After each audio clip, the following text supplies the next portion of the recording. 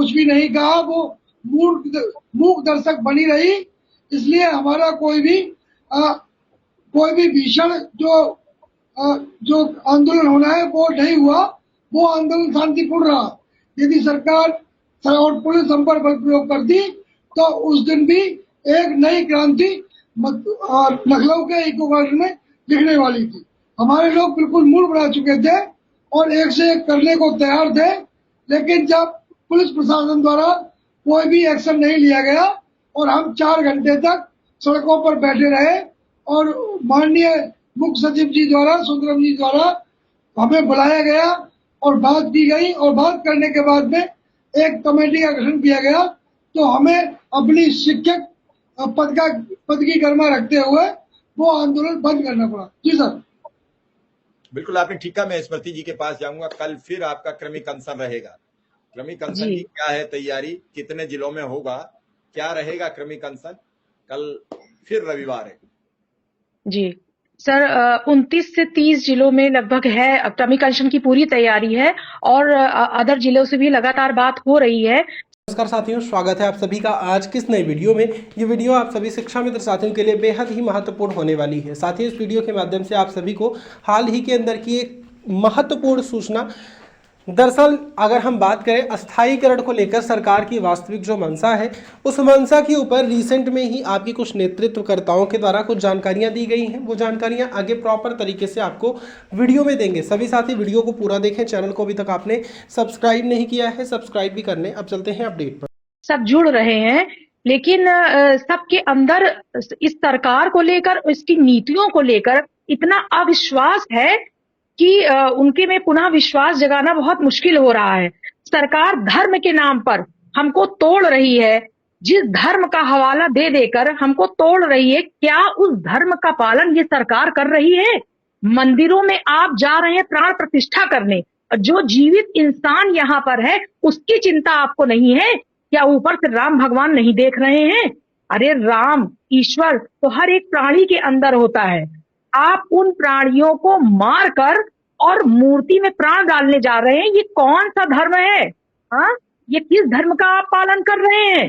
जो इंसानों के लिए हमारे देश दुनिया में जो संविधान, जो धर्म बनाया गया, उसको तो आप पैरों के नीचे कुचल रहे हैं। और धर्म के नाम पर इस तरह से अंधभक्ति आप लोगों में बांट रहे हैं, लोगों में नफरत फैला रहे हैं। आपको हम बता दें, हमारे यहाँ एक ही मोहल्ले में हिंदू मुस्लिम सब बहुत शांति से, बहुत प्रेम से रहते हैं, लेकिन ये सरकार इतना जहर घोल रही है, इतना जहर घोल रही है कि हम क्या बताएं। लोग अपनी अच्छी खासी रोजी रोटी छोड़कर इनके अंधविश्वास के चक्कर में आपस में जो भाई भाई थे हिंदू मुस्लिम, आज वो दुश्मन बन गए हैं।